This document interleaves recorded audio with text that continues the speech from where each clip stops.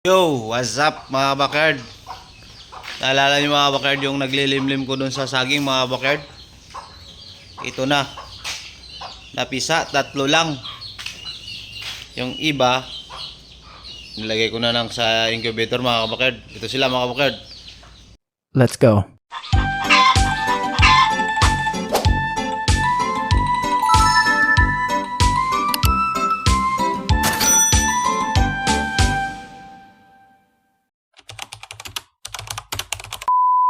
Yan, dalawa. Tapos yung isa, medyo basa-basa pa nilagay ko sa incubator. Ayun yung naglimlim, dalawa lang yan. Yung isa nandun sa incubator. Puntahan natin mga kabakard.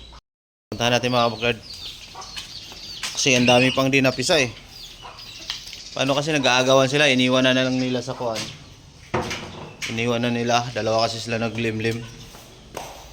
Ginawa ko, nilagay ko lang sa incubator. Ito sila mga ang dami yun. Yan mga bakard. May mga laman pa yan. Nilagay ko na sa incubator. Ito mga bakard.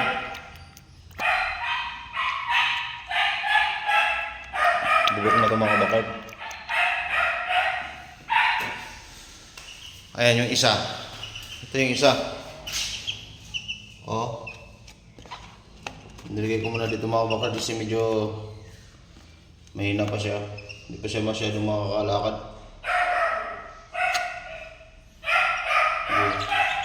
Ayan na, ito yung sibugok oh. Yung sibugok.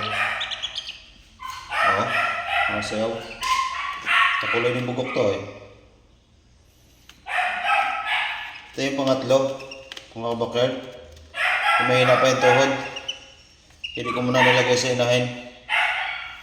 Nilagay ko muna dito sa Tupperware. Sibugok nandito. Diyan lang mga bakard, di ko pa nalilinis na. Mamaya lilinisin ko yan. Dami pang nasa incubator eh. Umalis na kasi yung nag-aagawan silang dalawa. Nag-aagawan sa anak, kaya ayan. Dito ko nalagay. Pipisain naman ito mga bakard.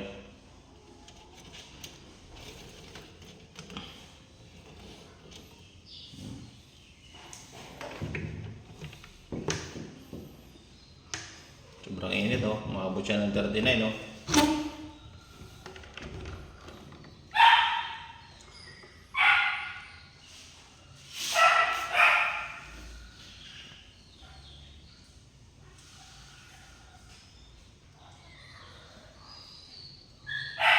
Yung mga bakard. Pipisain pa yan. Kasi may incubator ako pang kasi minsan kasi yung ibang inahin hindi na binabalikan pag napisa na yung iba eh. Kaya gumawa ko ng incubator ko mga bakard.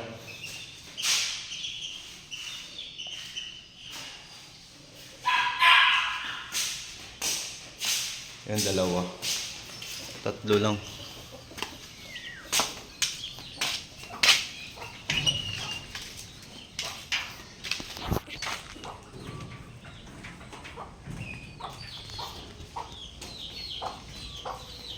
Yun ang malakas na yung dalawa.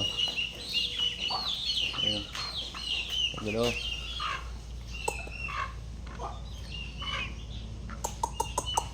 Pumpkin block.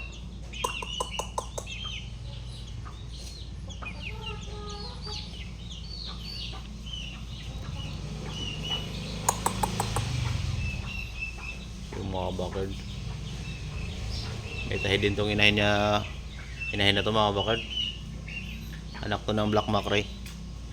Ito yung unang anak niya na babae. Yun na gano'n na, namisa na.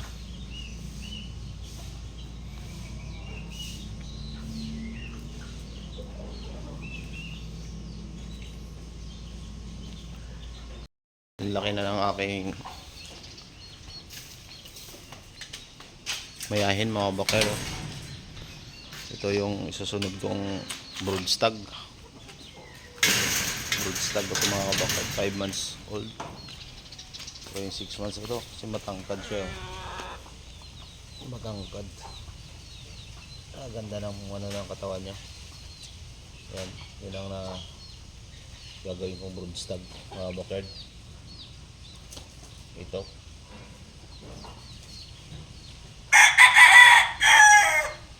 Cross to mga bakard. Gilmore tsaka sweater. Kaya hanapan ko to ng babae na medyo mas matangkad mga bakard para magaganda na yung mga station. Sinong una kong breeding mga bakard, mga bansot eh. Ito bali pangatlo ko na tong ano, matangkad na. So yung pumpkin sweater nun, pangalawa. Yung una talagang ano, kasabay nitong bulik. Mabababa, itong bulik na to mababa.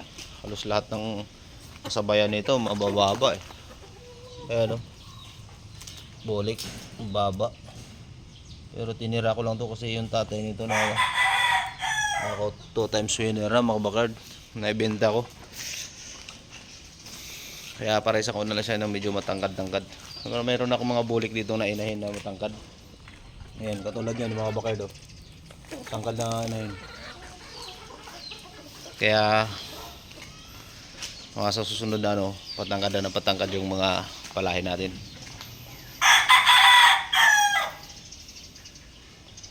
So, tangkad niya ito. Ganda pa ng katawan. Bulky yung katawan niya. So, yung tayo niya mga bakard. Yan o. Pang broodstag talaga yung tayuan niya. Yan yung mga susunod ko na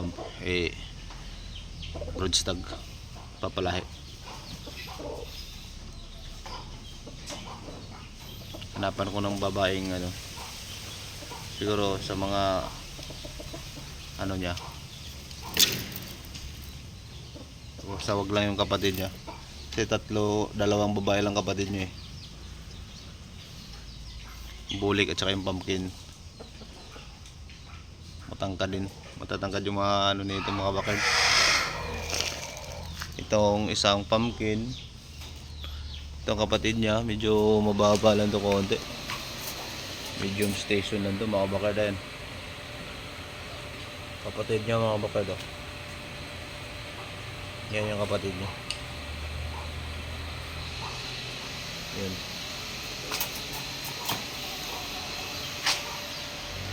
Pero ano naman, medyo maganda ng ano kasi medyo tumangkad na sila.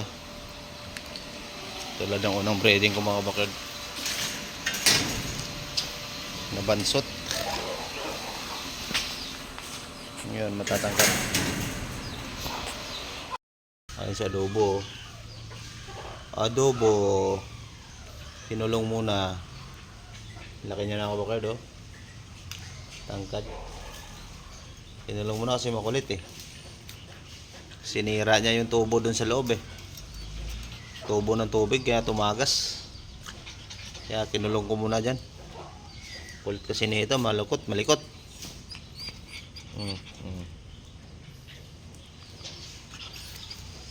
Tubo sa motor eh. Tumagas dahil kakakulitan niya mga bakard. So, yun lang muna for today's video mga kabakard. Sa mga hindi pa pala nakasubscribe dyan mga kabakard, please subscribe my YouTube channel mga kabakard. Sa mga nakasubscribe na sa akin, maraming salamat sa inyo mga kabakard. God bless.